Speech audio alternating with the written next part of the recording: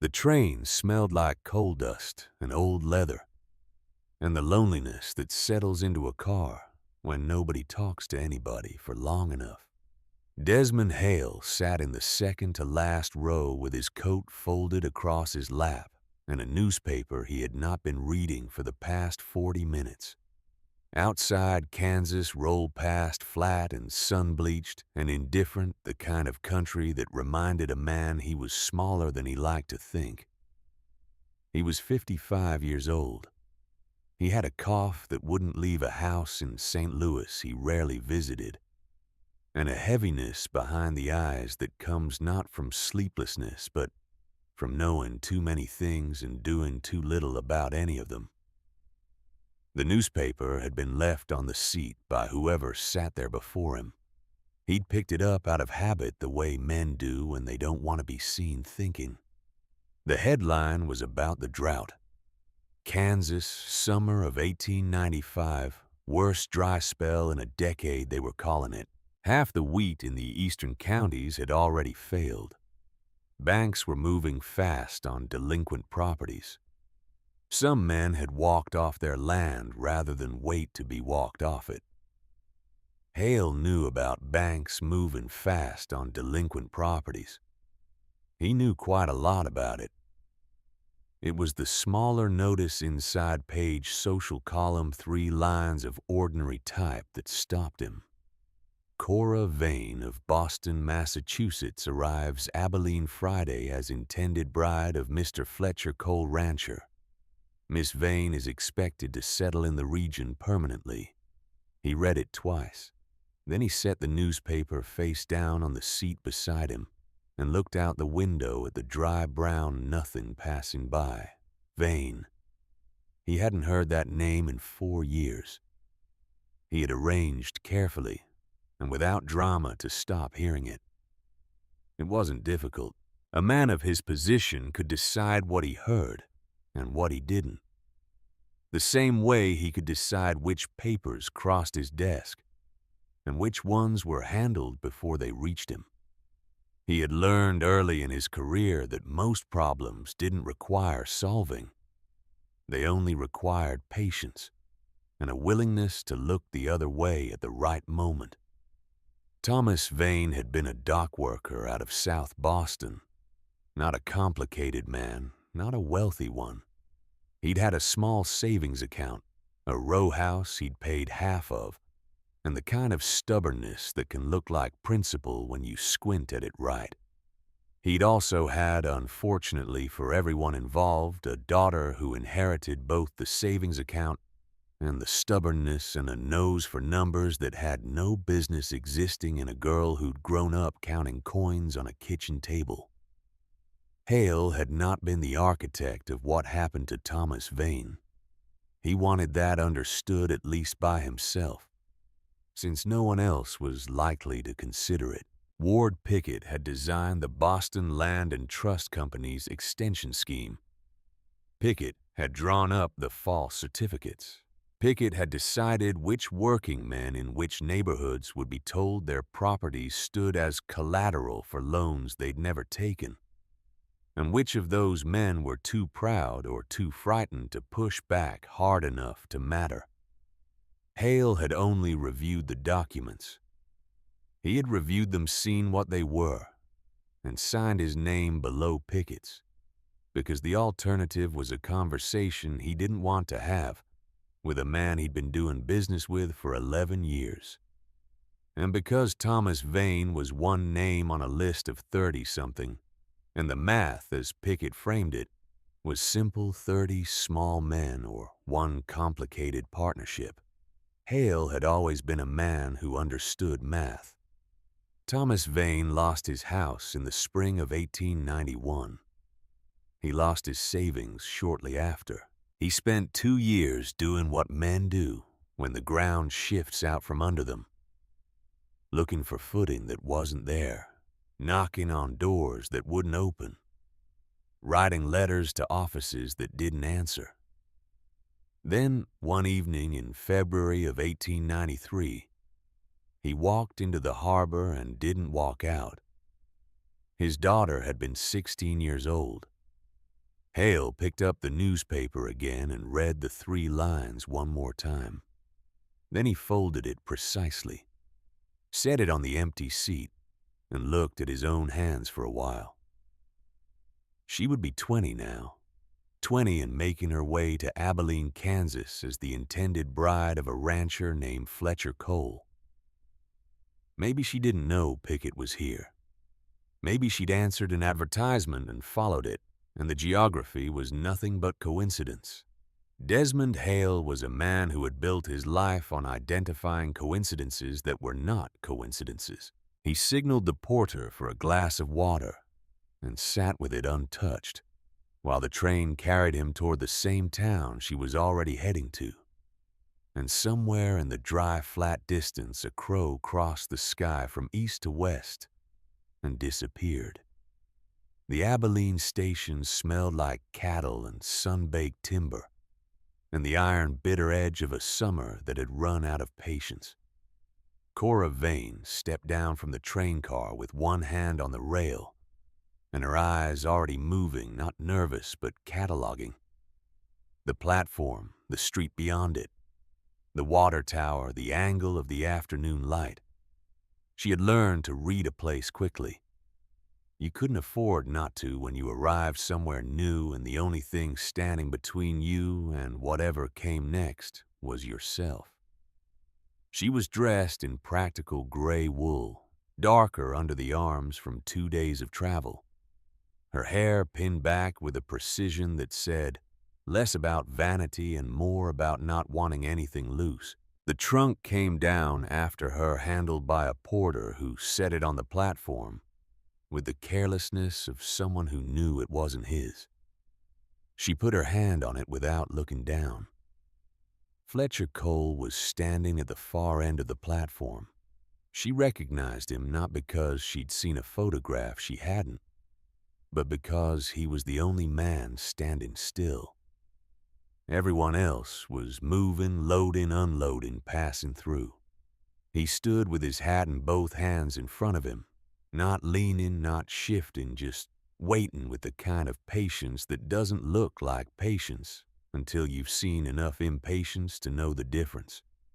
He was taller than she'd imagined and older looking than 38, which she supposed was what 11 years of Kansas weather did to a face. The gray at his temples was more than she'd expected. There was a scar along the left side of his jaw she hadn't been told about. She walked toward him and he came toward her, and they stopped at a distance that was polite but not close. "Miss Vane," he said. "Mr. Cole." He looked at her the way a man looks at something he'd agreed to before he fully understood what agreeing meant. Not unkind.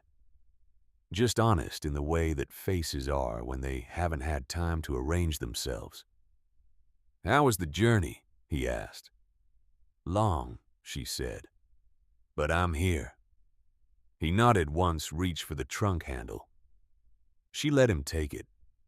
He was strong enough that the weight didn't show in his shoulders, but she noticed he adjusted his grip twice before he found the right hold.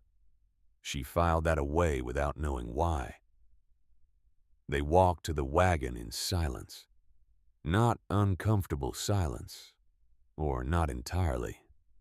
More like two people who had said quite a lot to each other on paper, and were now discovering that paper and presence are not the same language. In 3 months of letters, Fletcher Cole had told her about Eleanor without being asked. He'd said the marriage had ended not with shouting, but with a quiet accumulation of absences, dinners where he was thinking about fence lines, evenings where she reached for conversation and found only the weather. He hadn't framed it as Eleanor's failure. He'd framed it as his. That had told Cora something. Men who blamed their ex-wives entirely were men who hadn't learned anything. Men who blamed themselves entirely were men still punishing themselves for something. Fletcher Cole seemed to be doing neither, which put him in a category she didn't have a name for yet. She had told him about her father. Not everything. She'd said he died when she was 16, and that she'd been on her own since, which was true as far as it went. She hadn't said how or why or who. She hadn't said that every choice she'd made in the 4 years since had been organized in one way or another, around a single direction of travel that led eventually and inevitably to this train, this station, this flat, dry town in Kansas. The wagon moved. The horse was old, but steady. Fletcher drove with his left hand loose on the reins and his right arm resting on his knee, and the afternoon sun lay across the fields in long horizontal bars. "It's dry," she said. "Has been since April," he said. "Worst I've seen in 10 years. The paper in St. Louis had something about the Kansas drought. Newspapers always find us when things are bad and lose us when they get better." He said it without bitterness, just the flat accuracy of a man who had stopped expecting things to be otherwise. She looked out at the fields. The grass was the color of old straw. The sky was enormous and empty in a shade of blue that didn't exist in Boston too wide. Too high, like someone had taken the sky she knew and stretched it past its edges. She had not expected to find it beautiful. She found it beautiful. The house was smaller than she'd imagined, and cleaner than she'd expected. 2 rooms downstairs, 2 up a porch that ran the length of the front face and caught the western light in the evenings. There was a vegetable garden on the south side that was losing its fight with the drought, but hadn't given up entirely. Fletcher showed her the room at the top of the stairs. It had a window that looked out over the east pasture and a narrow bed with a blue quilt that had been washed recently. She could smell the soap. On the small table beside the bed sat a book. She looked at it without picking it up. Tennyson, a collection of poems spine uncracked, the kind of purchase made with purpose rather than familiarity. "Do you read Tennyson?" she asked. Fletcher stood in the doorway with his hat back on his head. "No," he said, "but I knew you did." He said it simply like it was a reasonable thing to have done, driven to a bookshop in Abilene and bought a volume of poetry for a woman he'd never met, because she'd mentioned it once in a letter, and then said nothing further about it, and left it on the table without any ceremony, as though the explanation was self-evident. She didn't say anything right away. She looked at the book, and then she looked at her trunk, which he'd carried up without being asked. "Thank you," she said. "Room's yours," he said. "Door locks from inside. Bathroom's down the hall. Supper's at 6 if you're hungry, later if you're not." He paused. "I don't have rules about the kitchen. Use what's there." Then he went back downstairs, and she heard his boots on each step, slow and even. And then the back door. And then nothing but the wind coming through the window and the distant sound of cattle in the low pasture. She sat on the edge of the bed. She had expected to feel nothing when she arrived. She had trained herself over 4 years to stay functional in the presence of sentiment, to observe it in others, to produce a reasonable approximation when necessary, and to keep her own somewhere below the surface where it couldn't interfere with what needed to happen. She had become quite good at it. But she sat on the edge of that bed in that small room with the book on the table, and the window full of impossible Kansas sky, and something moved in her chest that she didn't have a word for. Not happiness, not grief exactly. Something between the two. The feeling of a room that had been empty a long time and wasn't anymore. She stood up, crossed to the trunk, pressed her palm flat against the lid for a moment, then took her hand away and went downstairs to learn the kitchen. Ward Pickett came on the third day. She was in the garden when she heard the hooves, and she was still kneeling between the tomato plants. Half of them passed, saving a few still reaching when he came around the corner of the house, with Fletcher beside him, and the easy walk of a man who has never had to explain his presence anywhere. He was 60 or close to it, silver-haired, clean-shaved, dressed for business in a way that looked out of place in a working yard.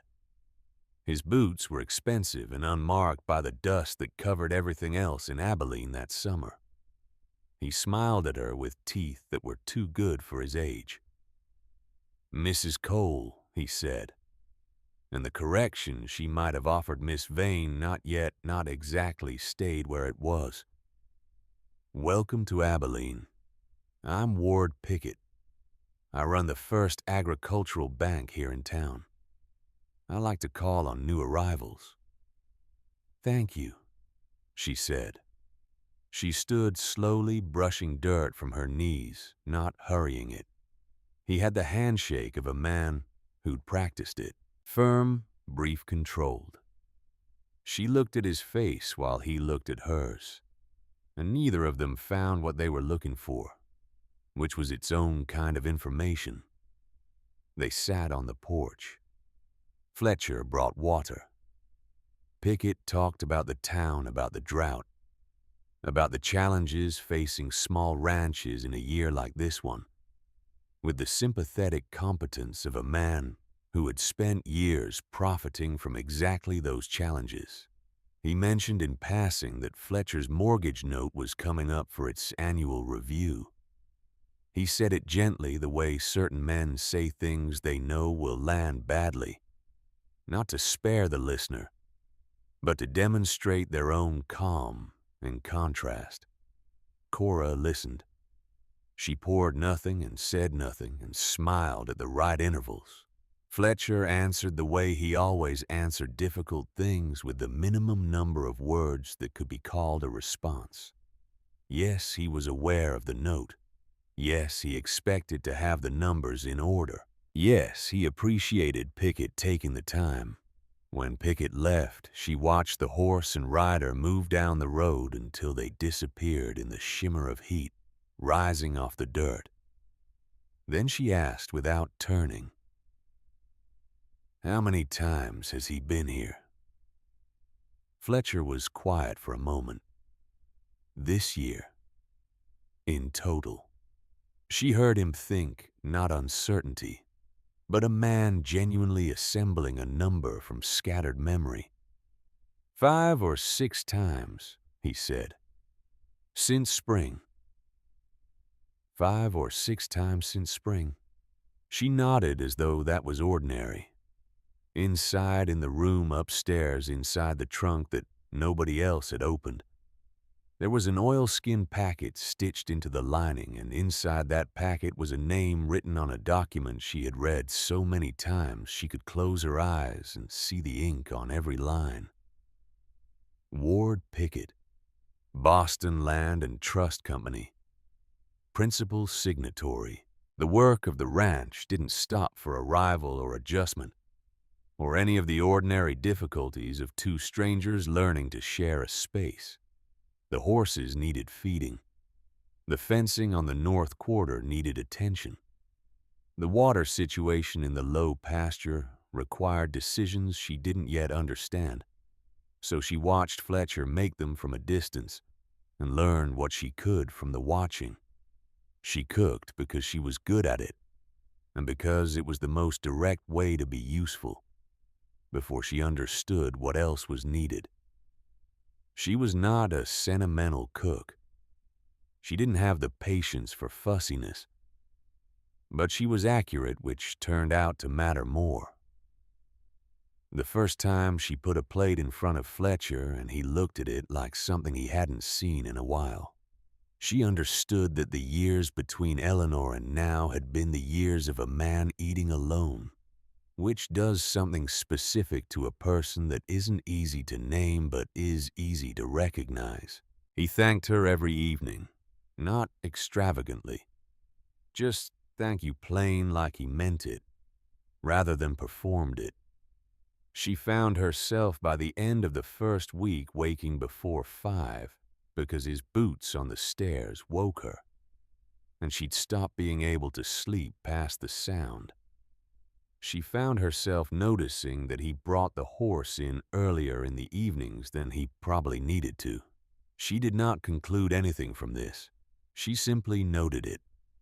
Ruth Dancy's boarding house sat 3 blocks from the main street, and it smelled like lemon oil and old timber, and the settled permanence of a woman who had decided somewhere along the way that if she was going to be in one place, she was going to make it hers. Cora went on a Wednesday afternoon on the pretext of asking about laundry arrangements since the ranch lacked them. Ruth Dancy had a face built for honesty, not unkind, but without the softness people use to cushion what they see. They talked about laundry for 3 minutes. Then, Cora asked as naturally as she could arrange it about the history of land ownership in the county. Which families had been there longest? Which properties had changed hands recently? And in what direction?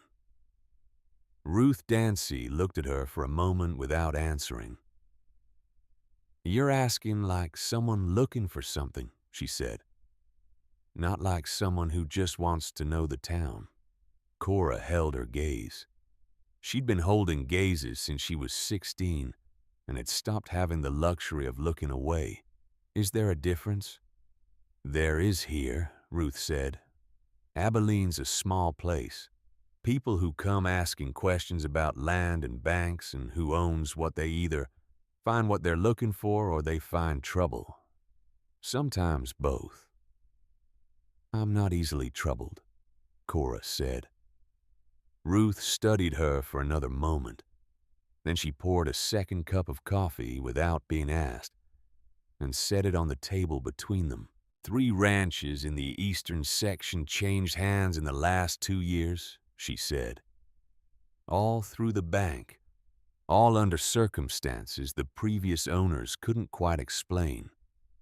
She said it with the careful neutrality of a woman who had been precise with language long enough to know exactly what precision leaves unsaid.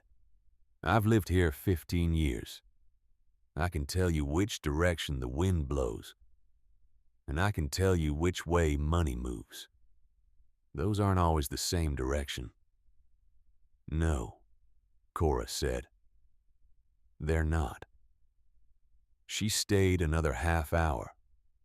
She did not ask anything else directly, but by the time she walked back out into the dry afternoon heat, she had confirmed 2 things. Ward Pickett's bank had moved on 3 properties in 2 years.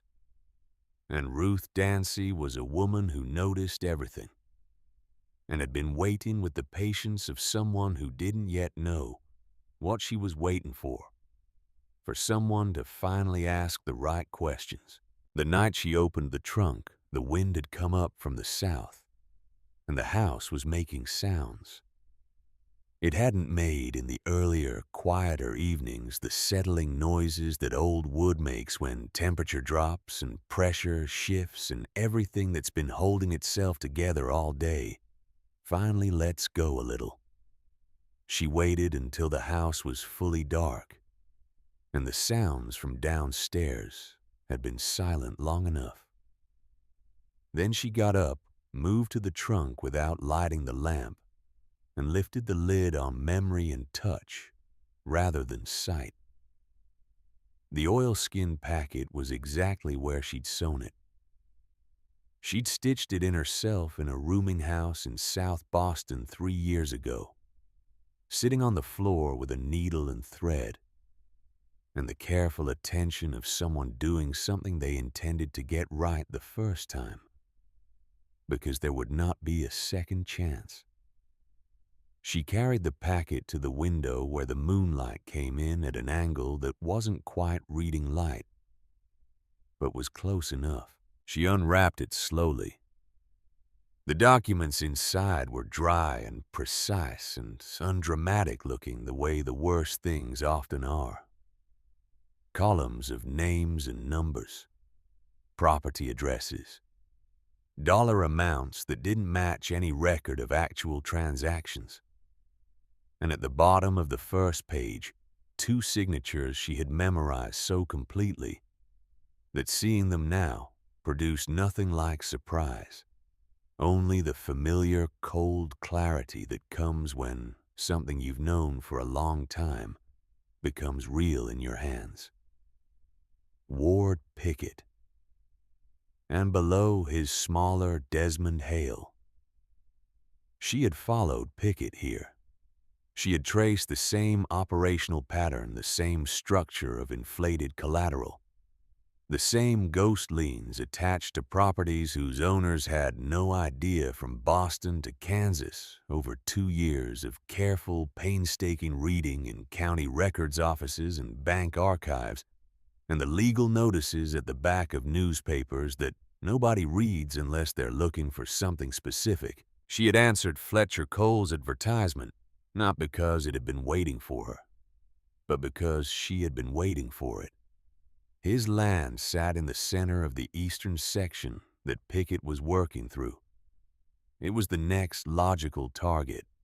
An unmarried woman arriving as a mail-order bride had a reason to be in Abilene that nobody would question access to a household that sat exactly where she needed to be, and enough time if she moved carefully to do what her father had been, in every meaningful sense, killed for trying to do.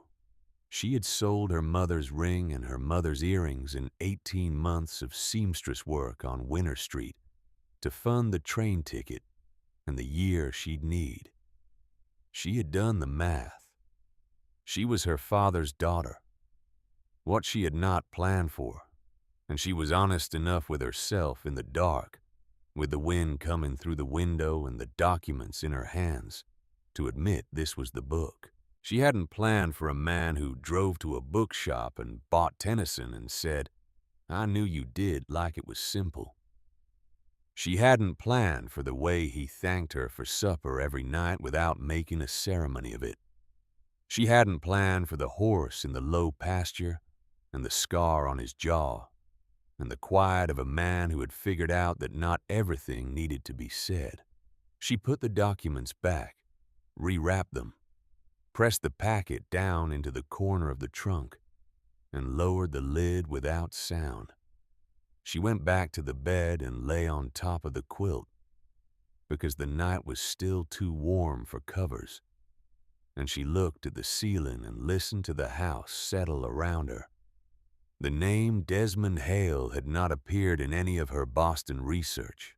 She had known Pickett as the primary actor, had traced the local operation to Abilene, had built her plan around him. Hale was a complication she had not anticipated, and men who were complications in her experience tended to go one of 2 ways. They either became obstacles, or they became the crack in a wall that had looked from the outside like it had no weaknesses at all.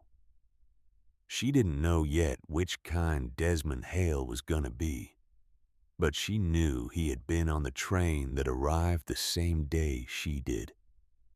And she knew he had seen her name somewhere. She had felt him looking at her on the platform with the attention of someone recognizing something they hadn't expected to see. And she knew he hadn't spoken to her. People who recognized you and didn't speak were almost always afraid of something. She was going to find out what. Outside, the wind moved through the dry grass of the east pasture in long, slow waves, and the moonlight lay across the floor in a shape that almost reached the trunk. And in the morning, Fletcher Cole would be downstairs before 5, and the coffee would be on, and the day would begin the same way it had every morning since she arrived, which was to say with the ordinary machinery of a life that looked from the outside like nothing more than a woman settling into a new place. It was the most useful thing she had ever done, looking like nothing. She closed her eyes. She did not sleep for a long time. But when she finally did, it was without the restlessness that had followed her most nights for 4 years. Not because anything was resolved. Nothing was resolved. But because for the first time since Boston, she was in the right place. She had always been able to sleep when she was in the right place, even when the right place was the edge of something she couldn't yet see the bottom of. The house settled once more around her, a low sound like an exhale, and the wind moved across the dark Kansas grass, and morning was still several hours away. 2 weeks passed the way time passes in flat country. Not fast, not slow, but steadily, with the patience of something that has no reason to hurry because it intends to outlast everything else anyway. Cora learned the ranch the same way she had learned most things in her life, by watching first, then doing, then adjusting, until what she was doing matched what she had observed. The morning routine belonged to Fletcher, up before 5, coffee on the iron stove out to the horses, before the light was more than a suggestion above the eastern line. She moved around his routine without disturbing it. The way water moves around a stone, not avoiding it, just finding the shape of the space that was left. She took the kitchen. Not because it was assigned to her or because she had any particular feeling about it, but because it was the room where she could be useful without getting in anyone's way. And being useful had been her primary form of self-respect for 4 years. She took the garden, too, such as it was. Half the tomatoes were already past any reasonable intervention, but the other half still had something in them, and she came out each morning after Fletcher left for the north fence, with a water pail and her sleeves rolled, and the determination of someone who has decided that a thing is worth saving, regardless of whether saving it is practical. Fletcher noticed. He didn't say anything, but he moved the water barrel closer to the south side of the house, which cut her walk by 30 yards. She didn't mention that she'd noticed. He didn't mention that he'd done it. That was more or less how things went between them in those first 2 weeks, a quiet exchange of small attentions conducted entirely without acknowledgement, like two people who had agreed without speaking on the rules of a game neither of them had named. She found a system in him. He fed the horses in a particular order, bay mare first, then the 2 work geldings, then the old gray he kept in the separate pen, who had some lameness in the near foreleg, and got his grain in a different pan. He checked the same gate latch twice every time, even though he'd clearly been checking it long enough to know it held. He took his coffee without anything in it, and he drank it standing at the back door looking east, the way a man looks at something he finds worth looking at. She studied the order of things. She was good at order, at reading the sequence of a life and understanding what it meant about the person living it. Fletcher Cole's order was the order of a man who had been alone long enough to make himself reliable company. Every habit was a small accommodation he'd made for himself since there was no one else to make them for. She caught herself wondering more than once what Eleanor had made of that.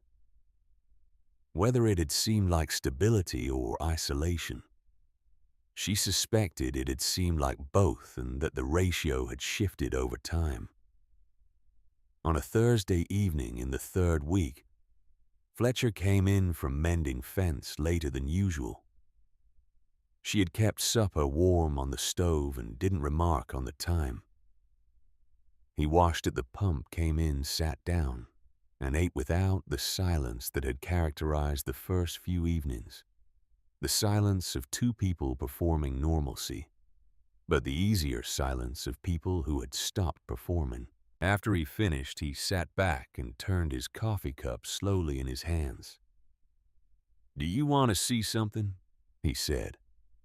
It was unexpected enough that she looked up. He took her outside onto the porch and stood beside her and pointed west above the ridge of the barn roof, where the sky was still holding on to the last of the light in a way that did something unusual with the cloud formation hanging above it.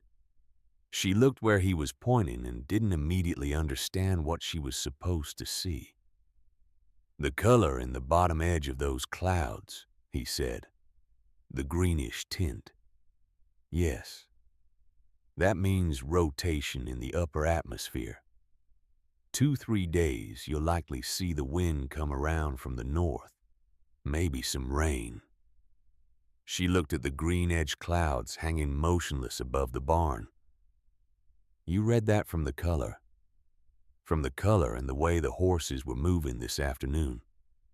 They knew before the clouds did." She studied the sky for a while. He stood beside her with his arms folded, not watching the sky anymore, but watching her watch it. And she was aware of this without making it into anything. "How long did it take to learn that?" she asked. "Long time. My father knew more than I do. There were things he could tell from the smell of the air that I still can't get right." "Show me the next one," she said. He looked at her. "The next weather sign." "Yes." He was quiet for a moment as though checking whether she meant it. Then, "All right." They went back inside, and she cleared the dishes and he sat at the table with a cup he didn't drink from. And after a while she put a book on the table, not the Tennyson. A different one, a small cloth-bound collection she'd carried from Boston, and read a short poem aloud without warning or preamble. The way you offer a thing when you're not sure if it will be wanted, but you've decided to offer it anyway. He listened with the stillness of a man who doesn't move when he's paying attention. When she finished, he said, "Read it again." She read it again. "I can't tell whether that's sad or not," he said. "I think it's both," she said. "I think that's the point." He nodded slowly as though that answered something he hadn't quite been asking. Then he said, not as a question, not quite as anything directed at her, specifically, just as a thought, finding its shape in the room. "After all of this, where do you want to go?" She looked at him. He clarified, though she hadn't asked him to. "When this is settled, when things are how you want them, where is it you want to be?" She opened her mouth, and the answer that was supposed to be there wasn't. She had an answer for everything.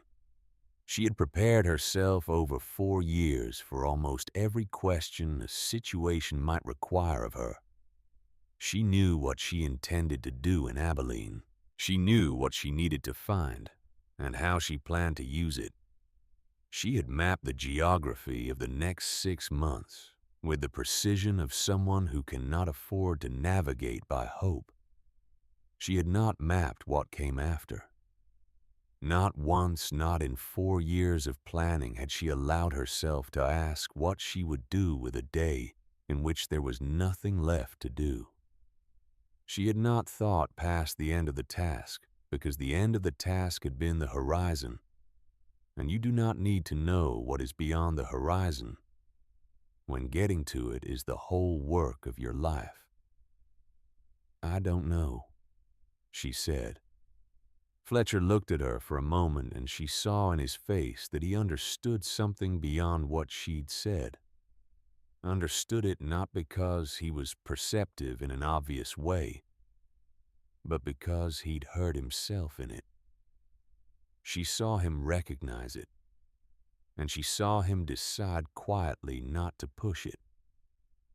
"Well," he said, Plenty of time to figure it out. He finished his coffee. He said goodnight. He went upstairs. She sat at the table in the low lamplight for a long time after, with the poem open in front of her and the question still sitting in the room where he'd left it. And outside the Kansas dark was absolute, and the sky had the depth it only gets when there's no moon, and the stars are running all the way to the ground. She was not accustomed to being caught off guard by honesty, especially her own. Desmond Hale came to the ranch on a Saturday morning when Fletcher was in the east pasture, far enough out that Cora could see the figure of him moving along the fence line as a dark shape against the pale grass, small with distance. She saw Hale coming up the road before he arrived, his gait distinct from a working man's, the measured walk of someone who spent his life indoors. She put down the pail she was carrying and waited, neither going toward him nor retreating to the house. She let him come to her. He stopped at a distance that was respectful and removed his hat. He was older than she'd expected from the platform, or rather, he looked older than she'd expected, which wasn't the same thing. He had the face of a man who had slept poorly for a long time and had stopped expecting that to change. "You know who I am," he said. "I recognize the name on the train passenger manifest," she said. "The clerk in Abilene is not careful about leaving them out." He looked at her steadily. "Then you know what my name means." "I know what it was on." "Yes." He held his hat in both hands, turning it slightly, not from nerves, but from the need to do something with the weight of what he was about to say. "Your father was Thomas Vane." She said nothing. "He was one of 31, Hale said, "in Boston in 1891. I want you to understand that I know that number. I have known it since the morning I signed my name below Ward Pickett's. And I have carried it the same way a man carries a stone in his boot, not forgetting it, not able to put it down, just learning to walk differently because of it." The wind came across the yard and moved the dust in small spirals, and was gone. "Why are you here?" she asked. Not the question of why he was in Abilene. She understood that well enough. Why here at this fence talking to her? "Because Pickett knows you're here," Hale said. "Not what you have, not why you came, but he has a way of feeling disturbances, of sensing when someone is in his territory who doesn't entirely belong to it. He's noticed you." He paused. "And I was at a meeting in Abilene last month. A meeting I was invited to as a courtesy because Pickett still thinks of me as a man who can be useful, though I have not been useful to him in some time." There was a list. She kept her face the same. "Names and dates," he said. "Some of them with a word beside them. Hold." He stopped. "My name was at the top. Fletcher Cole was third." She let the silence sit for a moment before she used it. "How long?" she asked. 60 days, perhaps. Depends on how fast he needs the land and whether anyone causes trouble before then." Hale looked out toward the east pasture, where Fletcher's shape was still moving slowly along the far fence. "The mortgage note is the mechanism. The number is wrong, has been wrong since Pickett's bank took it over 3 years ago. The interest rate in the original agreement doesn't match what's in the bank's records. A small difference. Not the kind a man notices unless he knows to look. But enough of a difference to put him in default. Enough of a difference to put him in default on a schedule Pickett controls." Hale looked back at her. "That's how he works here." He doesn't take anything by force. He creates conditions, then he waits. Then he steps in when the conditions produce the result he was always going to manufacture. The same as Boston, she said. The same as Boston? He said it quietly, without flinching from it. The land in the eastern section sits above a water table that the railroad has been surveying quietly for the past 18 months. Water rights in a drought year are worth considerably more than wheatland. Pickett knows that. The ranchers don't. She had not known about the water table. She filed it without reacting. "Why are you telling me this?" she said. He was quiet for a moment, not evasive, deliberate in the way that people are when they are trying to say something true, rather than something easy. "Because I want you to understand the terrain before you move," he said. "And because I owe your father something I cannot pay, which is not a reason I would have admitted a year ago." He put his hat back on. "Pickett controls the justice of the peace, the county sheriff, and the newspaper. Whatever you have in that trunk, and I believe you have something it will need to go somewhere. He can't suppress it before it can do any work." "I know that," she said. "I thought you might." He looked at her one more time with the appraising steadiness of a man who had spent a career reading people and had learned to respect what he found when the reading surprised him. "I'm not asking to be part of whatever you're planning. I'm not certain I've earned that." He paused. "But I'm no longer on his side of things. I want you to know that too." He nodded once and walked back down the road the way he had come, and she watched him go until the distance reduced him to a shape and then to nothing. She picked up her pail. She stood with it in her hand for a moment, looking at the east pasture. Then she went and finished watering the half of the garden that was still worth watering. She told Fletcher that night she had spent the afternoon deciding whether to, and had arrived at the conclusion the only way she ever arrived at difficult conclusions, by eliminating everything that wasn't true until only the truth was left. The truth was that she could not do what needed to be done alone. The truth was that she had come to Abilene with a plan that required her to operate in secret, and that plan now had a 60-day boundary and a complication named Desmond Hale, and a piece of information about water rights that changed the shape of everything. And the truth underneath all the other truths, the one she was least prepared to acknowledge: she did not want to do this alone. She was not certain when that had become true. She suspected it had always been there, and that she had been too busy surviving to notice. She waited until supper was cleared. She set the oilskin packet on the table between them. She told him about Boston first, about her father, all of it this time, not the truncated version that fit inside a letter.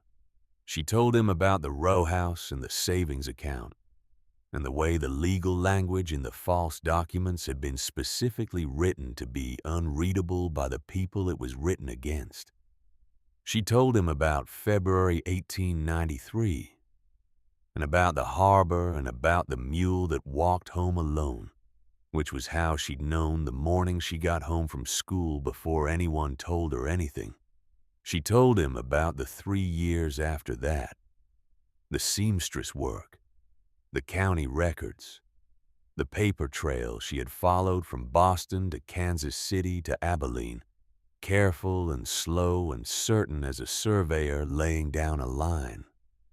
She told him what Hale had told her: the list, the 60 days, the water table under the eastern section that was worth in a drought year more than the land above it would ever be. Fletcher listened the way he listened to everything completely. and without interruption, with the stillness of a man who understands that talking over someone is a form of not listening, which is a form of not caring, and he was not that kind of man. When she finished, he was quiet for a while, not stunned into silence, thinking. Then he said, "I went to the bank in April." She looked at him. "When the spring numbers didn't add up," he said. "I went to see Pickett. I had my original note with me, the one I signed when I took the mortgage in '92. And I had the payment records I'd kept myself in the ledger out in the barn. The interest rate in his records didn't match mine." He said it simply, without drama and without the apology that men sometimes attach to admissions of this kind, as though being defrauded were something to be embarrassed about. "He showed me a revised agreement," Fletcher continued. "Told me the original had a clerical error. Told me I'd signed a correction the following year." He set his cup down. "I don't remember signing a correction." "You didn't?" she said. "No." He looked at the packet on the table. "I signed it anyway. The revised one he showed me, because I didn't know I had the right not to. I didn't know you could tell a man like that to put a document back in his case and walk out of his bank without it." He paused. Nobody had ever told me that. She looked at him across the table, this man who had driven to a bookshop for a woman he'd never met, who had moved a water barrel 30 yards to spare her a walk, who had been quietly defrauded for 3 years by a man who relied precisely on the decency of people like him. The decency that makes a person trust a document and a suit and a firm handshake, because the alternative is believing something that is very hard to believe about the world. "I know where we need to go," she said. "I know what needs to happen and who needs to be in the room, but there's something I can't do." She looked at him steadily. "They won't listen to me alone. I'm a woman who's been here 3 weeks. I'm from Boston. I have no standing here, no history, no name anyone recognizes." Fletcher met her eyes.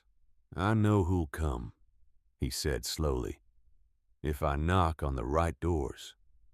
He turned his coffee cup once. "I've been here 11 years. Some of those men have drunk my water and eaten at my table, and I've done the same at theirs. They don't agree with me on everything, and I don't agree with them on everything, but they know I don't lie." He paused. "How many people do you need in the room?" "Enough that Pickett can't make them all disappear." He nodded. Slow and certain the way he nodded when he decided something and the deciding was done. "Tell me the day," he said. "I'll take care of the rest." She had not anticipated this. She had anticipated difficulty negotiation, the need to convince. She had not anticipated a man who heard the full scope of what she was carrying and responded by asking what he could carry too. She looked down at the table for a moment. When she looked back up, her face was exactly as composed as it always was. And if something had shifted in her chest, some old structure rearranging itself around a new weight, she kept that precisely where she kept everything else that she hadn't decided what to do with yet. "I need to talk to Ruth Dancy first," she said. "She has a room large enough." "Ruth Dancy has been waiting for this for 10 years, Fletcher said. "She won't need convincing." They sat for a while longer with the lamp burning low between them and the papers on the table and the quiet of the house around them, which was a different kind of quiet. Now not the quiet of two strangers sharing a space, but the quiet of something that had come to rest after a long time of motion. still and purposeful and pointed at what came next. Outside, the sky had changed. The temperature had dropped 5 degrees since sundown, and there was something in the air that had not been there. In the morning, a faint metallic edge, the smell of pressure shifting the first signal of a system moving in from the north, exactly the way Fletcher had said it would. She was still learning to read the signs, but she was learning. Clem Foster came on a Monday 3 days before the meeting. Cora was alone in the house. Fletcher had ridden out at first light to the Hatcher place 7 miles east, the first of the calls he'd decided to make in person, because he understood, as she did not yet fully understand, that in a place like this, a man's word was only as good as the face behind it. You could not ask a neighbor to step into something dangerous on the strength of a letter. You had to go and sit in his kitchen and look him in the eye and let him look back. She heard the hooves while she was at the table with the documents spread before her in the morning light. Not reading them, she knew them past the point of needing to read them, but organizing them into the sequence that would be most legible to people encountering them for the first time. Sequence mattered. You could not ask people to draw their own conclusions.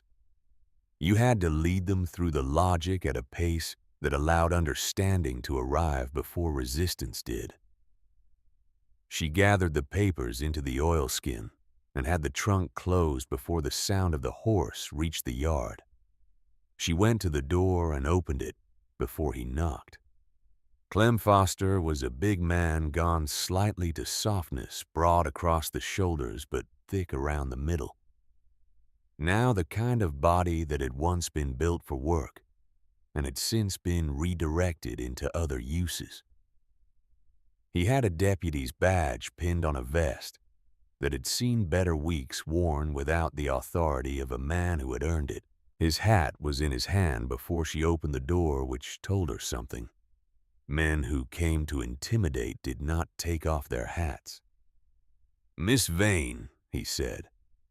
He'd been told to call her that she suspected. The use of her maiden name rather than Cole was deliberate, a small reminder that her standing here was provisional, that she had not yet fully arrived. "Mr. Foster. He said he'd come on behalf of the bank. Routine inspection of the collateral property, he said. Given the upcoming review of the mortgage note. Standard procedure, nothing to be concerned about." She stood in the doorway and did not invite him in. He looked past her at the interior of the house with the practiced carelessness of a man who had been told what to look for. She did not move to give him a clearer view. "The property inspection would be conducted with Mr. Cole present," she said. "I'll let him know you stopped by. It's just a formality. Then it'll be just as easy to do it properly." He looked at her. Not with hostility, with something more complicated than that. He had the eyes of a man who had been doing things he didn't entirely approve of, for long enough that the disapproval had gone quiet, but hadn't gone away. She'd seen that look before in Boston, in the faces of men who worked for other men, and had learned to separate what they did from who they were. Most of them never reclosed that distance, but some of them, given the right moment, remembered what it had felt like before they'd opened it. "You have children, Mr. Foster?" she asked. He blinked. It was not the question he'd expected. "3," he said after a moment. She nodded as though that answered something. "I'll tell Mr. Cole you came." He stood on the step for another moment, turning his hat once in his hands. The same way Hale had turned his, the same gesture she thought of men who were carrying something they weren't sure how to put down. Then he nodded and walked back to his horse and rode out the way he'd come. She watched him go until the road was empty. Then she went back inside and unfolded the documents again and kept working. Fletcher came back each evening that week carrying the results of his days in the way that practical men carry good news, not with excitement, which spends itself, but with the quiet consolidation of someone who has done what he set out to do and is already thinking about the next thing. First evening, the Hatcher brothers, both of them. Amos Hatcher had lost a section of bottomland to the bank in 1893 and had spent 2 years believing it was his own fault. His brother Wes had been suspicious of the paperwork at the time but had no way to prove the suspicion. Second evening, Clay Murdoch, whose father had built the oldest working ranch in the eastern section, and who had been waiting with the compressed patience of a man with a long memory for someone to come along, with a reason to do something, rather than just know something. Third evening, 4 more. Fletcher named them sitting at the supper table, running through them the way he ran through practical things without embellishment. He had sat in their kitchens and drunk their coffee and told them enough, not everything enough. And they had looked at him the way people look at a man they have known for 11 years, and decided one by one that whatever room he was pointing them toward was worth walking into. On the 4th evening, he said nothing at first, just came in and washed and sat down, and she put the food on the table and sat across from him and waited. 12, he said. She nodded. Ruth has the room for it. And then some, she said. She's been moving furniture since Tuesday. He picked up his fork and ate for a while in silence. Then, Pickett will hear about the meeting before it happens. Someone will say something. That's how it always works in a small place. I know, she said. I'm counting on it. He looked up. If he knows about it in advance, she said, he'll come. A man like Pickett does not allow things to happen without him in the room. He'll want to be there to control what the room decides. She looked at Fletcher steadily. Let him think he can. Fletcher held her gaze for a moment. Then he went back to eating, and the lamplight moved between them, and outside, the temperature had dropped enough that the window had begun to collect the first thin film of moisture along the lower edge. The weather coming through at last exactly as he'd said it would. She went to see Hale the morning before. He was staying at the far end of Ruth's boarding house, the room with the north-facing window, and the view of nothing in particular, which suited a man who was trying not to be noticed. She knocked twice, and he opened the door with the look of someone who had not slept and had made peace with that. She told him the shape of the meeting, the time, the room, the people who would be there. She told him what she intended to say, and in what order. She told him what she expected Pickett to do when he arrived, which was to smile at everyone in the room, and to begin the process of managing the situation the way he managed every situation from inside it, where he could control the angles. Hale listened without interrupting. When she was finished, he said, He'll try to discredit you before you finish speaking. I know. He'll say you're a woman with a grievance and a trunk full of fabrications. I know. He'll look at every man in that room and rely on the fact that most of them would rather believe a man they know than a woman they don't. I know, she said. That's why I need you in the room. She looked at him directly, the same way she had looked at Clem Foster on the step and at Pickett on the porch, without flinching, without softening it with the plain attention of someone who has decided that clarity is more respectful than comfort. I'm not asking you to speak for me. I'm not asking you to explain what happened to my father. What I'm asking is simpler than that, and harder than that." She paused. "When the moment comes, and you'll know when it comes, I need you not to look away." He was quiet for a moment. Outside the window, the first real clouds of the week were moving in from the northwest.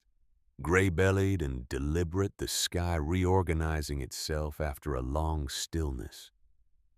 "I have been looking away," Hale said, "for the better part of 20 years. "I know," she said. "I'm asking you to stop."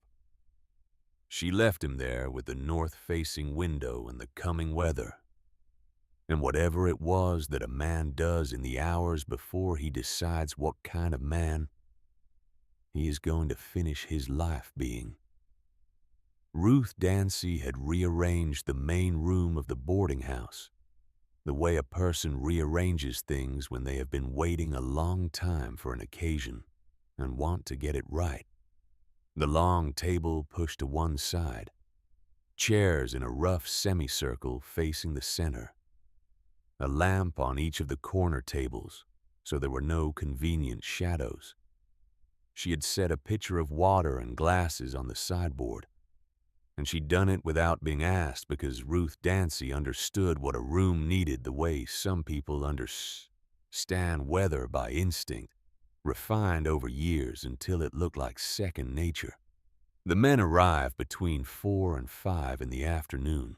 Cora stood near the door and watched them come in, the Hatcher brothers together.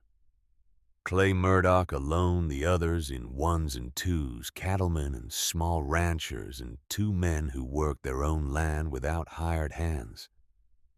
The kind of people who built something and then found out too late that the system they'd trusted to protect what they'd built had been designed to take it from them on a timetable they never saw coming. They sat. They nodded at each other with the acknowledgement of men who know each other well enough to communicate without speaking. Fletcher was at the back of the room near the door, not presiding, not performing, just present. A fact in the room that the other men could orient themselves by.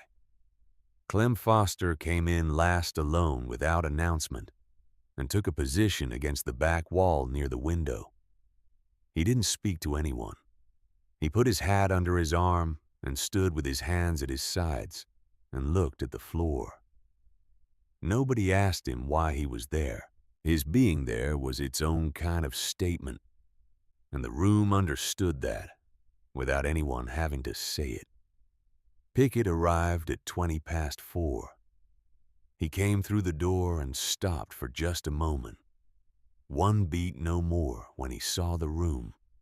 Then the smile came up easy, and practiced the smile of a man who has walked into unexpected rooms his entire life and learned that the smile is the first thing you deploy before assessment, before strategy, because it costs nothing, and it makes everyone around you slightly less certain than they were before you walked in. He looked around the room. He saw Cora. He saw Fletcher. He saw Hale in the corner chair by the window, and something moved across his face that wasn't quite readable from where she was standing, but she noted it. His eyes moved briefly to Clem Foster, and there, just for a moment, she saw something sharper. Not the something he showed the others. Something involuntary. He took a seat in the outer ring. Not at the center, not against the wall in the ring where he could see everything and be seen. He sat with the ease of a man who has never once sat in a room where he was not in some sense in charge of it. Ruth Dancy closed the door. Cora walked to the center of the room. She did not stand on anything. She did not position herself at a lectern or a table or any elevation that would have made her seem to be performing rather than speaking. She stood on the floor in the middle of the room in her gray wool dress with her hair pinned back the way it always was, and she looked around at the faces, and she began. She started with her father. Not with the documents, not with the legal mechanism or the financial structure or the trail she had followed from Boston to this room. She started with Thomas Vane with the row house in South Boston and the tin savings box under the floorboard, and the stubbornness of a man who believed that if you read the paper that a bank put in front of you, and you paid what you owed and you showed up when you were supposed to show up, the system would deal fairly with you, because you had dealt fairly with it. She told them he had been wrong about that. She told them how wrong he had been, and what it had cost him, and what it had cost her. And she told it plainly, without embellishment, and without the kind of performance that would have made the men in that room feel they were being worked on rather than spoken to. Men who had spent their lives doing physical things in hard conditions had a precise and well-calibrated sense for manipulation. She did not trigger it. She had no reason to. The truth was enough. And she had learned long ago that the truth told plainly was always more devastating than the most elaborate construction you could build around it. Pickett let her speak. He sat with his legs crossed and his hat on his knee, and a faint expression of patient attention, the expression of a man listening to something he has already decided is not credible and is giving it enough rope. When she moved to the documents, she moved deliberately.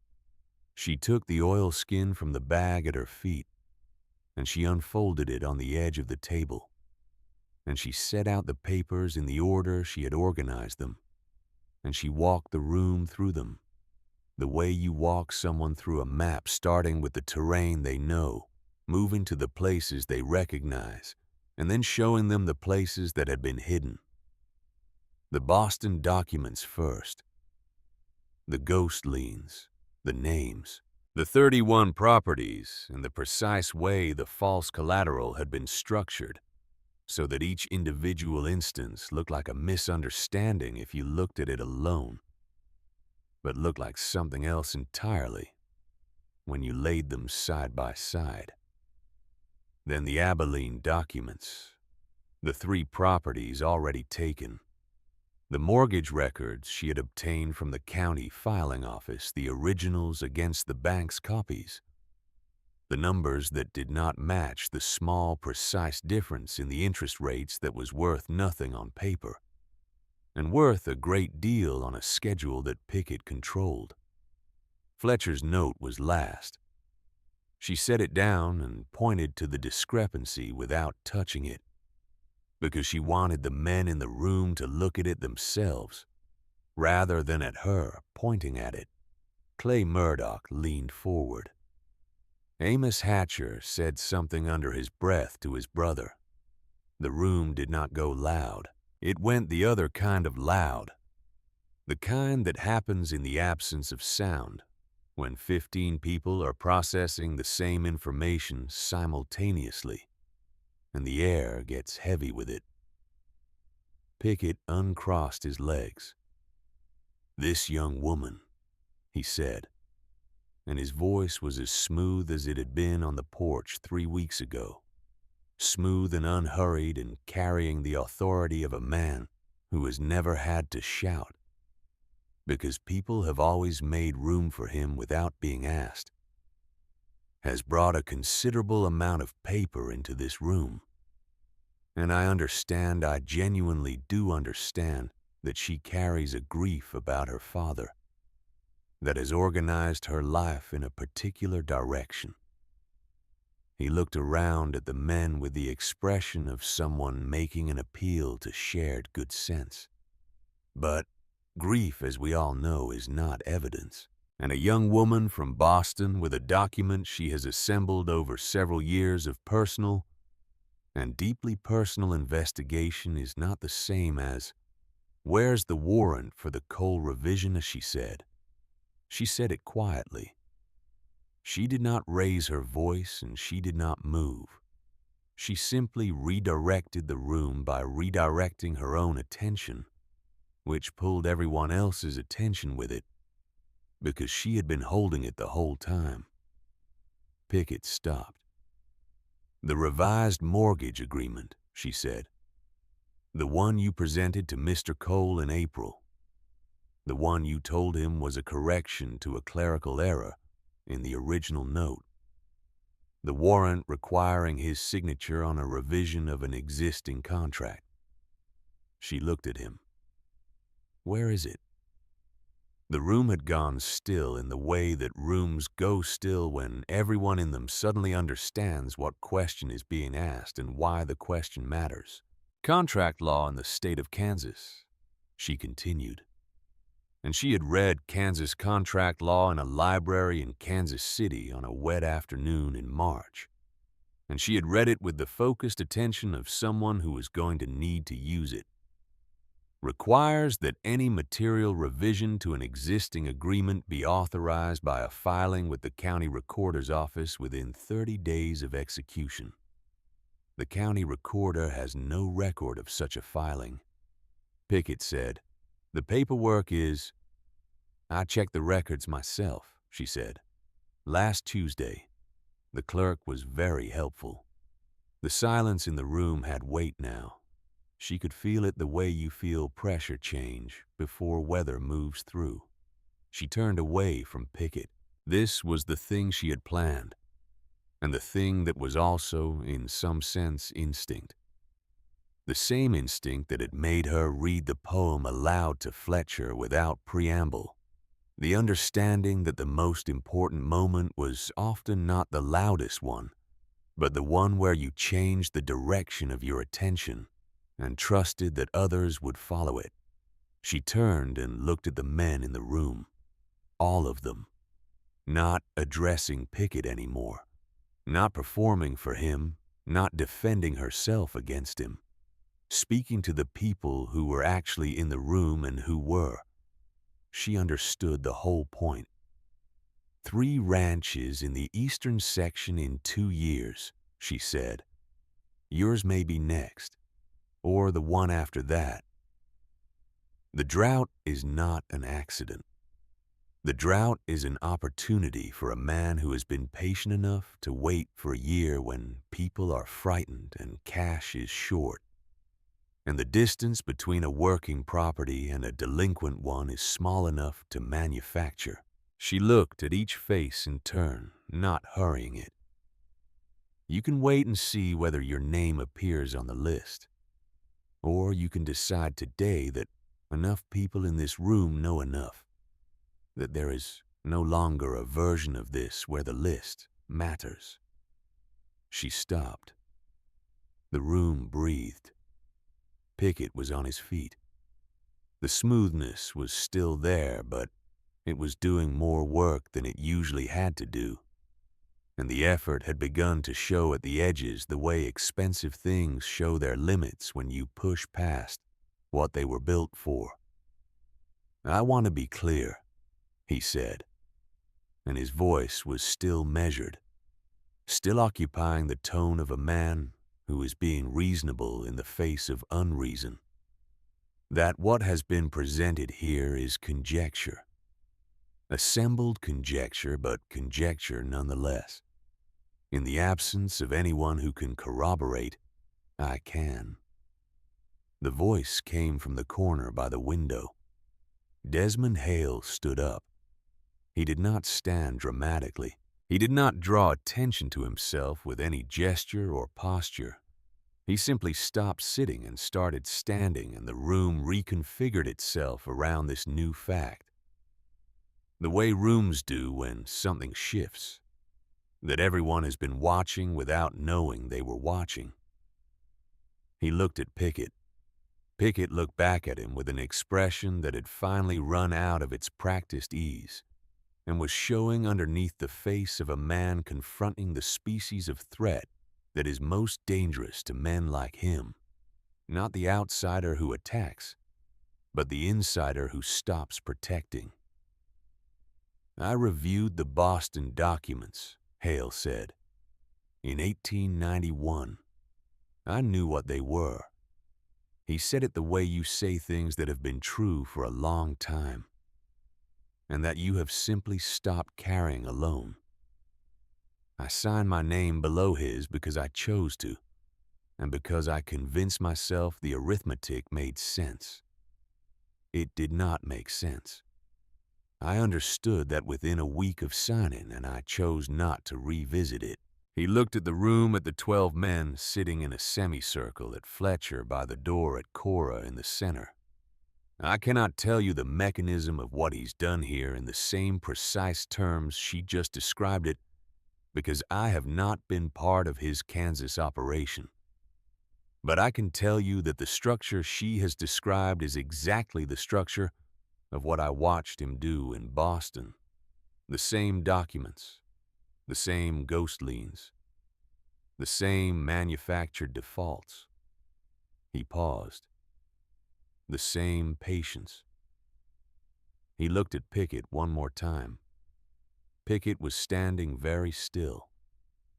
I am not going to tell you that this corrects anything I did, Hale said. I don't believe it does. But I am also not going to say when someone asks me directly that what I'm looking at isn't what it is. He sat back down. The room held the sound of his words in it for a long moment. Then Clem Foster crossed the room to the table and set down a folded sheaf of papers without ceremony. He set them down and stepped back and crossed his arms and looked at a point on the wall above everyone's heads. Bank copies, he said. Original versions. I've been keeping them since '93. He did not look at Pickett. He did not look at anyone in particular. I have 3 children, he said to the wall, and I've been doing things I wasn't going to be able to explain to them much longer. The papers sat on the table. Pickett looked at them. He looked at the room. He had the expression at last of a man who has been calculating and has finished calculating and has arrived at a sum that does not work. The smile was gone entirely now, not replaced by anger or fear, but by a blankness, the face of someone who has relied so long on a particular architecture of control that he has no prepared expression for the moment it is no longer available. He picked up his hat from his knee. Clay Murdoch was on his feet. So were the Hatcher brothers. Pickett did not attempt to leave through the crowd. He stood and he looked at what was in the room. The faces, the papers on the table. The man in the corner who had been his ally for 20 years and had just stopped being one. And he looked at it all with the stillness of a man performing his final act of composure. Then he sat back down.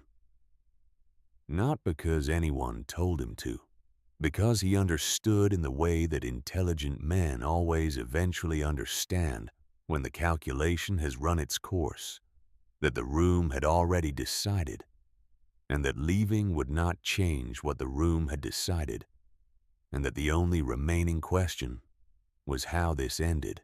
Ruth Dancy sent her boy for the county magistrate from the next town, the one that did not report to Ward Pickett, the one she had already notified 2 days ago, because Ruth Dancy had been preparing for this moment for 10 years, and she was not a woman who left things to chance.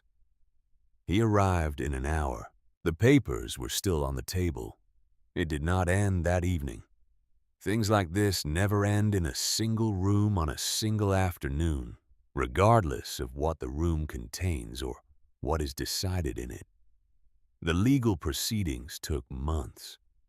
The county magistrate referred the matter to the state, which moved with the velocity of institutions that are large enough to be thorough and slow enough to be maddening.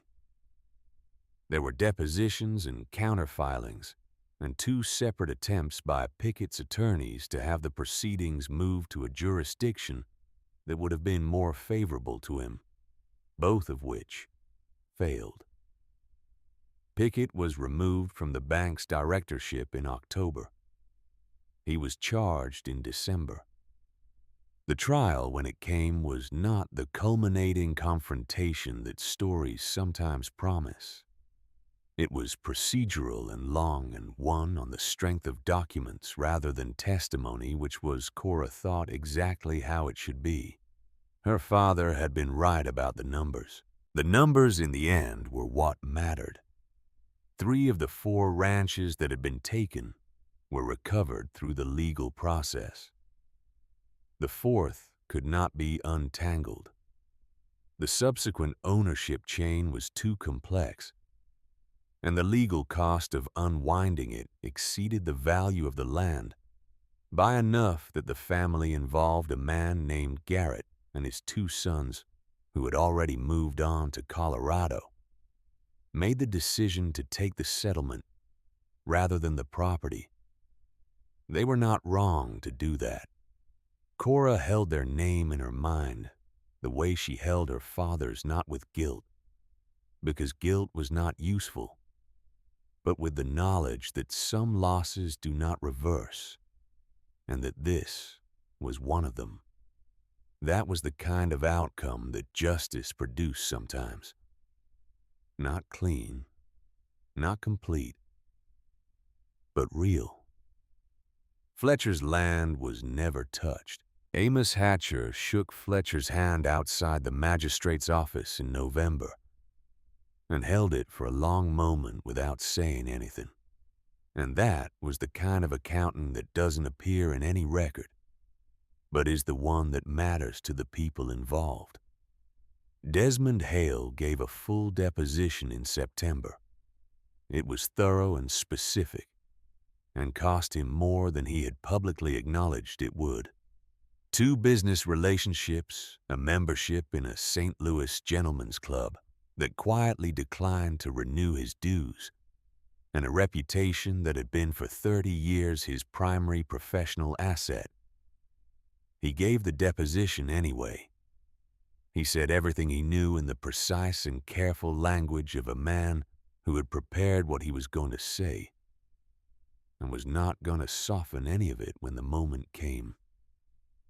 He came to the ranch once before he left Abilene for good. He stood on the porch and spoke to Cora for a few minutes. And at the end, he said, "I don't expect anything from you. I want to be clear about that. I'm not asking for absolution or for any particular consideration of what I did at the end versus what I did at the beginning." She looked at him. "I know," she said. He nodded. He put his hat on. He walked down the porch steps and along the road toward town, and she watched him go, and she did not call after him, and she did not feel that she should. Some things did not resolve into forgiveness. They resolved into completion, which was different, and which was sometimes enough. Clem Foster kept his badge through the winter. In the spring he resigned it and went to work for the Hatcher brothers as a fence hand, which was quieter work and paid less and suited him considerably better. His children, she heard, were doing well. The first snow of the year came in November earlier than usual. A light dusting that didn't stick, but left the morning air with a new quality. The cold clarity that comes when everything that has been hanging in the atmosphere all summer finally comes down. Cora was in the garden when it happened, such as it was. The garden had not recovered fully from the drought, but enough of it had survived that she still came out most mornings. Not for production anymore, mostly, just because it was the habit of coming out, and the habit had become somewhere along the way a thing she did because she wanted to, rather than because it was useful. and she was still getting used to the difference. Fletcher was on the porch with his coffee, watching the snow come down in the slant morning light. "Gonna be a harder winter than last year," he said. "How do you know?" He pointed west above the barn where the cloud formation was doing something she was beginning to recognize. Not the green-edged rotation sign, a different one, lower and slower, the kind that carried cold air rather than rain. "The weight of it," he said. "You can see it in how the clouds sit." She looked. After a moment, she thought she understood what he was pointing at. "I see it," she said. He looked at her the way he looked at things he was deciding whether to trust. Then, "Yes," he said, "you do." She sat on the porch step with her hands around her own cup, and the snow came down lightly and without wind, and the yard and the pasture and the fence lines all took on the same thin white coating that made everything look briefly like it had been simplified down to its essential shape. She thought about the question he had asked her in the kitchen 2 months ago now. The question she hadn't been able to answer. She was not certain she had an answer yet, not a complete one.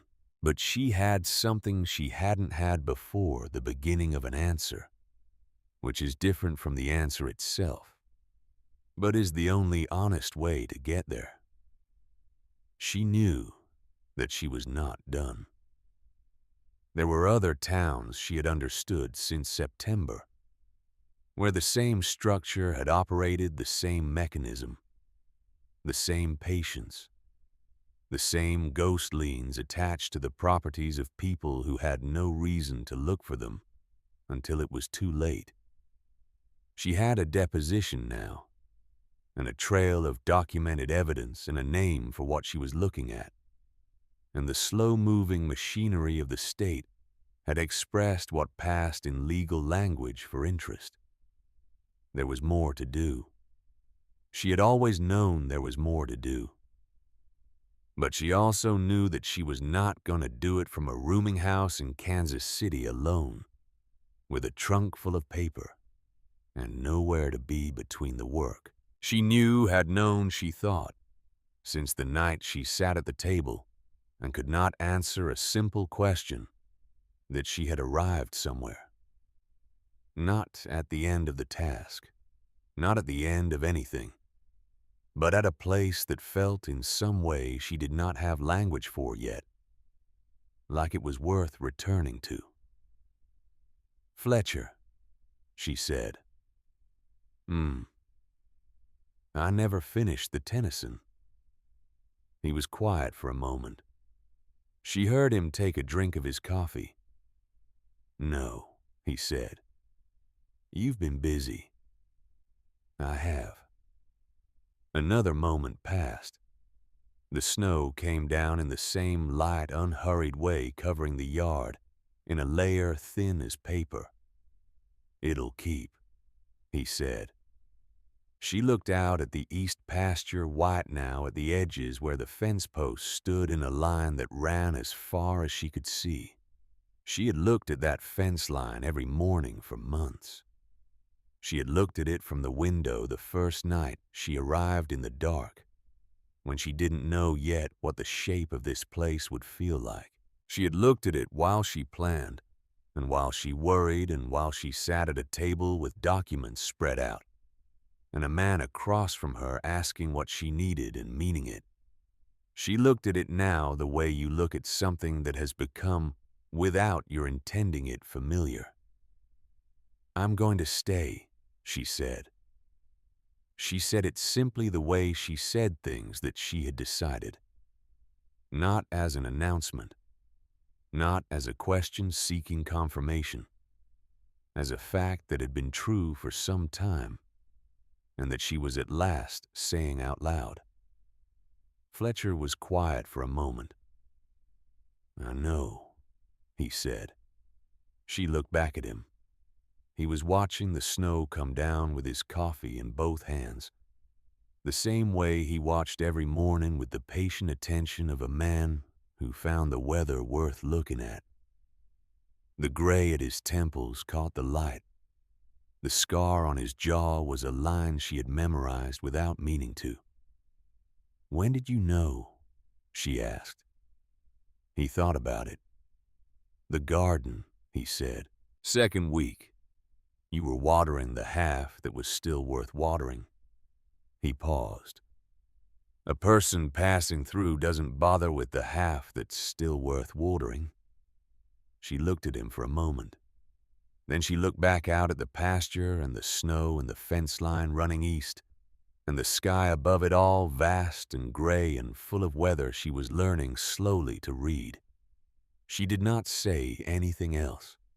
She didn't need to. The train out of Abilene ran west on Thursdays and east on Saturdays, and Desmond Hale took the Saturday train in late November. He sat in the second to last row where he always sat, with his coat folded across his lap, and a newspaper he was actually reading this time. The drought had broken in October. The same weather system that Fletcher had predicted from the cloud formations had brought 3 inches of rain in 8 days, enough to change the calculation for the spring planting season, and enough to take some of the pressure off the land values in the eastern section. The newspaper had a small item about the picket proceedings. He read it twice, then folded the paper and set it on the seat beside him. He looked out the window at Kansas pulling away the flat, pale brown country with its enormous sky and its cold November light lying across everything at a low angle that made the shadows longer than the things cast in them. He had testified. He had said all of it. He had sat in a magistrate's office and answered every question with the care of a man who has decided that his only remaining contribution to a situation he helped to create is precision. No softening, no strategic omission. No framing that made himself look better than the facts warranted. It had cost what he had known it would cost. He found unexpectedly that he was not devastated by this. He had expected devastation, or something like it. He had spent 20 years protecting a life built on a foundation that required maintenance he was not proud of, and he had always assumed that if the foundation went, the life built on top of it would go with it in a way that would feel catastrophic. He had assumed this because catastrophe was what the foundation was supposed to be protecting him from. What he found instead was something quieter. Not happiness. He did not think he had earned happiness, and he was not sure happiness was what a man got at 55 in exchange for finally doing what he should have done at 35. But something that had more room in it than what came before. A kind of air that had not been in his life for a long time, in the same way a room has air in it after you open a window that has been shut too long. He had slept on the train to Abilene months ago and had been surprised by it. He would sleep on this train too. He could feel it already, the loosening in the shoulders, the slow descent that comes when the thing you have been tensed against is no longer there to be tensed against. He had not been forgiven. He did not expect to be. There were things that did not resolve into forgiveness, and he had made his peace with that, which was itself a kind of resolution, different and smaller and harder one, but real. He looked out the window one more time at the flat brown country going past. He thought about Thomas Vane as he had thought about him every day for 4 years. He thought about a dock worker from South Boston who had believed the system would deal fairly with him, and had been wrong, and who had a daughter who had inherited his stubbornness and done something with it that he had not had the chance to do. He hoped in the way that men hope for things they cannot know, that somewhere in whatever accounting existed beyond this one, Thomas Vane had seen the room, the papers on the table, the faces of the men who had finally heard what he'd been trying to say. The train moved west. The sky was the same enormous Kansas sky gray, with coming winter running all the way to the horizon in every direction without interruption. Hale closed his eyes. The train carried him forward and the country fell away behind him. And the sound of the wheels on the track was steady and rhythmic and ordinary. The sound of movement, which is the sound of a man who still has somewhere to go.